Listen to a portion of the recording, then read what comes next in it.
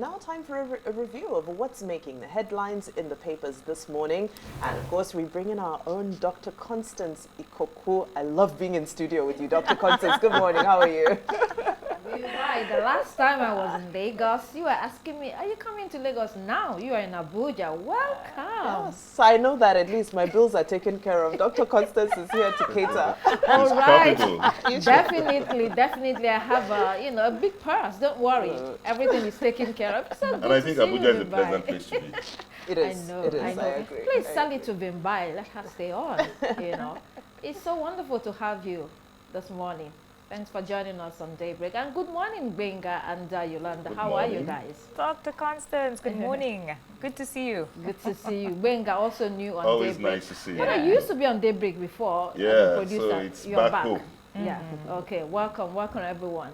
Hello there and welcome to the program. We begin with This Day newspaper this morning. In This Day, we're hearing more about ongoing investigations of the former group managing director of the Nigerian National Petroleum Corporation Limited, NNPCL, Mr. Kyari. Here, there's a court order to freeze accounts linked to him over suspicious transactions. Let's see that story also in Leadership newspaper. There, it says that the court freezes Jai's bank accounts linked to Kyari. There are 4 accounts in question, and the freezing was based on an expert motion brought by the Economic and Financial Crimes Commission, EFCC, which is investigating the case against Kyari. He's been accused of fraud. And this is supposed to be temporary until investigations are concluded.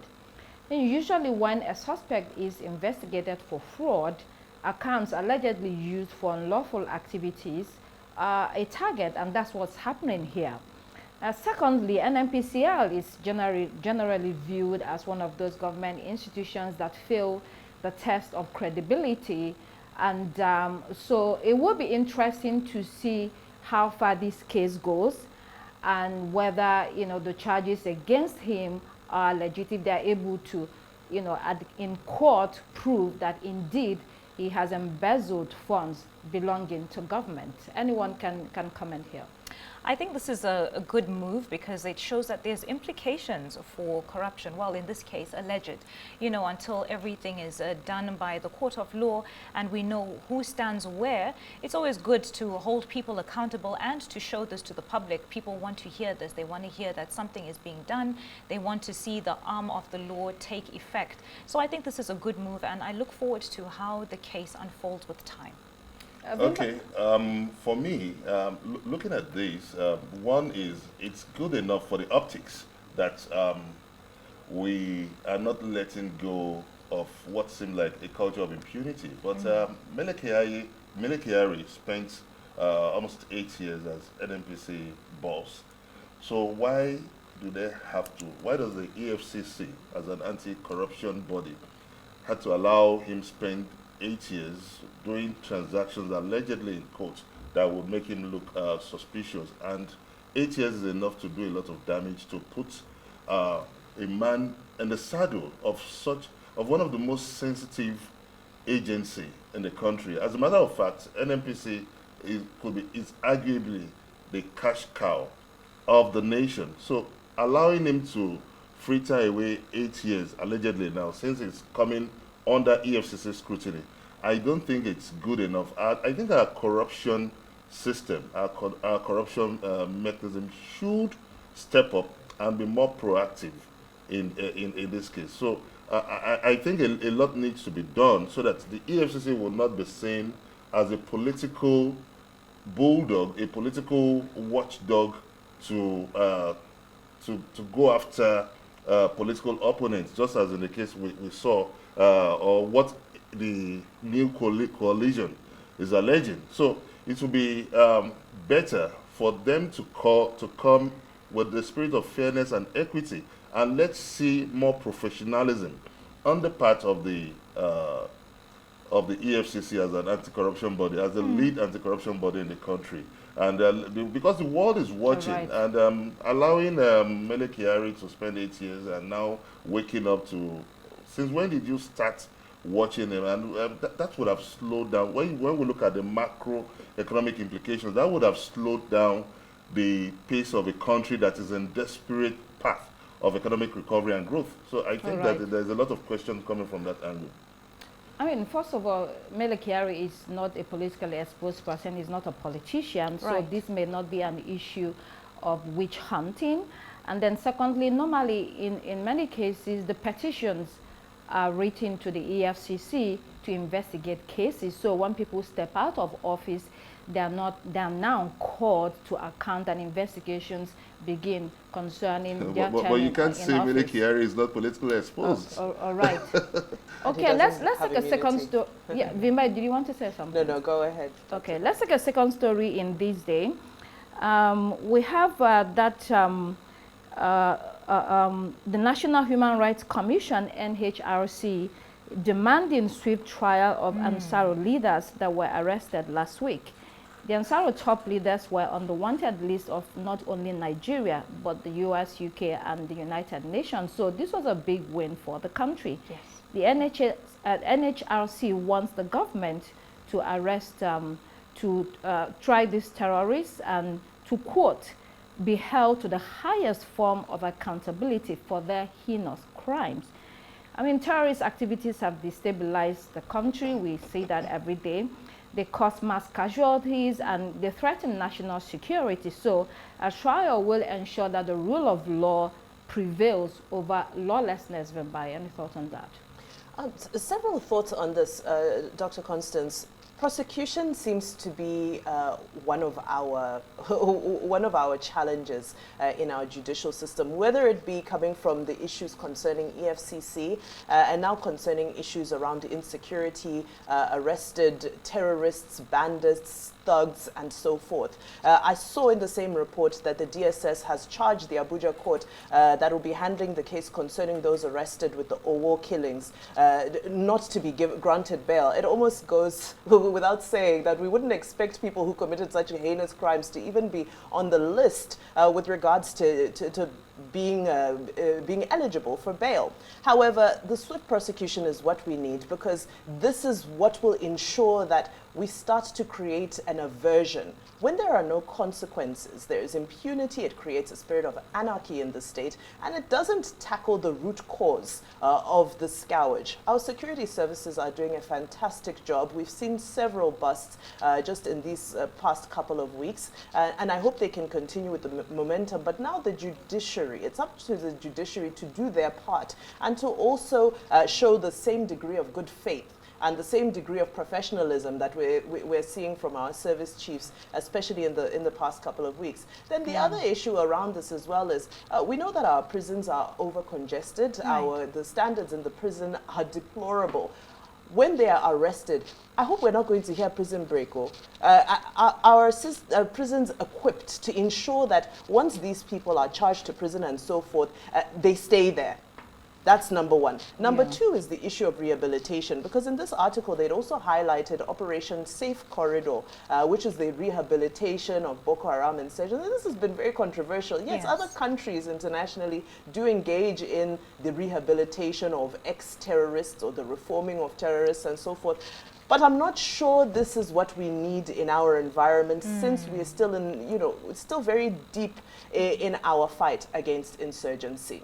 All right, that's a very controversial issue. Okay, just to chip in, I think initially what's been the major difference is that we've not been able to separate if there is an enabler to fight the war against terrorism. Because now, kudos to the National Assembly for passing the Terrorism Prevention and Prohibition Act, and which was amended in 2022. Now that gives enough enabling strength and mandate for our government to go after these terrorists. Now they can proscribe them as terrorists, and now you can see the difference now that the federal government is moving with enough momentum. And if you were on the show yesterday with Kabir Adamu, he talked about having that legal framework and the stepping up of intelligence and the need to sustain that that onslaught against these terrorists is very, very important. And that's also talked about getting our mobility assets together to sustain them and make sure that the military, they are well remunerated and more incentivized to fight this war, to a conclusion to completely decimate this terrorist. Okay, That's we have very to move important quickly. for us. Daily Independent this morning, air passengers must switch off phones during takeoff and landing, NCAA. While passengers are unruly by the National Assembly, this directive to switch off phones is being issued by the Director General of the Civil Aviation, Captain Chris Najoma. He said the widely accepted flight mode option will no longer be permitted. He said, and I quote, "All mobile phones, I repeat, all mobile phones and other portable electronic devices should be switched off during and at least the critical phase of flight. There's nothing like flight mode any longer," end of quote. He also promised tough measures to address unruly passengers. I mean, obviously, this is due to the recent incidents we had with ValueJet and Ibom Air. Poor and unprofessional conduct on both sides, you know, of passengers and crew cannot be allowed to fester. It's dangerous for air safety, isn't it, Yolanda? Dr. Constance, I'm slightly torn when it comes to this headline, because this reminds me of a story that we had a little while ago, and I'll remind you of it. Do you remember when they said that we were not allowed to use our GPS while we are driving? Because it is not allowed, it is a danger to the driver, it's a danger to the passengers, and then it was quickly withdrawn soon after. This is what this story reminds me of, because the rest of the world, I mean, it's kind of like we're killing a fly with a sledgehammer. The rest of the world, other societies don't implement such, you know, such strains. We're asking people to turn off their phones completely. You're not allowed to have it on. I understand after what has just happened, something like this is, you know, measures are meant to be taken, but I feel like it's a bit too harsh. It's a bit too much. People should, there are still people who respect, you know, what the rules may be when it comes to aviation, and we should also look at the technological advances. It's not really like the phones really interrupt with the signals of airplanes. It can be disputed, but for me, I feel like this is just killing a fly with a sledgehammer.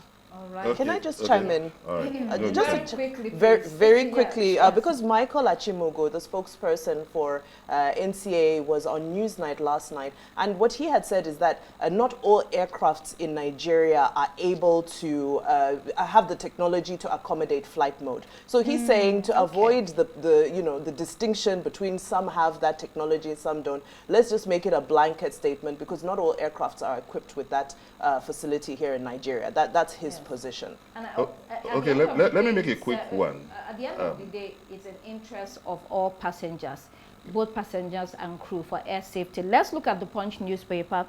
Capital projects crumble as states cut spending. Then worsening insecurity, rising costs of goods and services are some of the reasons this report says why the state governments are failing to meet their capital expenditure targets in the first 6 months of this year.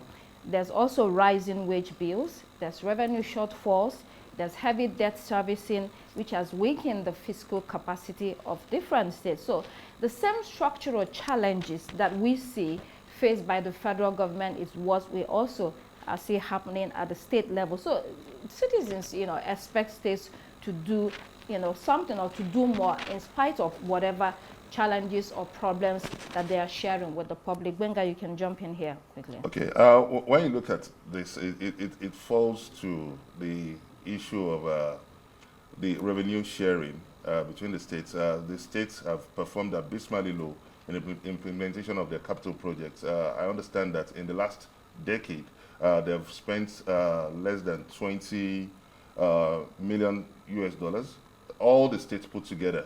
And that's and showing that they have not been able to implement up to 10% of their target is a lot of questions that leaves a lot of that begs for answers. So I think that while we focus on what's happening in at the national level, at the federal level, it's also important we look at what's happening in the subnational. And it also comes to the issue of revenue sharing, where we have the federal collecting 52% and the state earning 20%, and the local government. Some have called for an entire overhauling of this revenue sharing structure.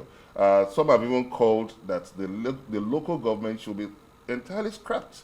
so that the state government should be able to wake up with its full enablement to face the task of government, and it needs support. So the quest for true federalism, even from the time of a Little Constitution in 1954 down to the current issue that we're having now in our constitutional amendment, we will know that the center stage, the epicenter of this controversy boils down on strengthening the state government. So many people don't even believe in this local government issue because it creates a lot of it puts a lot of burden on governance, on the will of governance. Okay. So, but if state governments are properly empowered, there would be accountability and more transparency, because there will be democratic institutions that are up to the task to do the necessary checks and balance in the implementation of this task.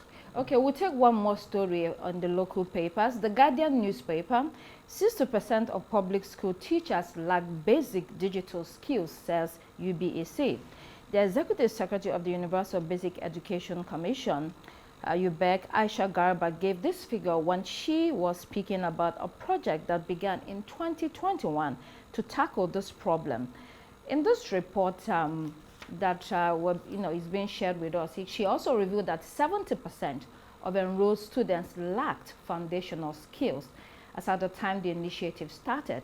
And this was seen as not only a challenge, but as an opportunity to bridge the gap. I mean, that's a good attitude to have here. You know, these figures are understandable, also given the fact that there's non-availability of digital infrastructure in many schools, whether it's private or public, and as well as homes. You know, this is a large country. You know, how many homes can afford computers, laptops, and expensive education? So the point would be that at least, you know, make this available in schools, you know, because given that majority of people, you know, are poor or have low wages, so they may not be able to afford this at home, but at least do that in school. Vimbai, if you want to comment on this. Very quickly, these statistics tally with a number of other statistics, which is that less than half of the population have access to internet.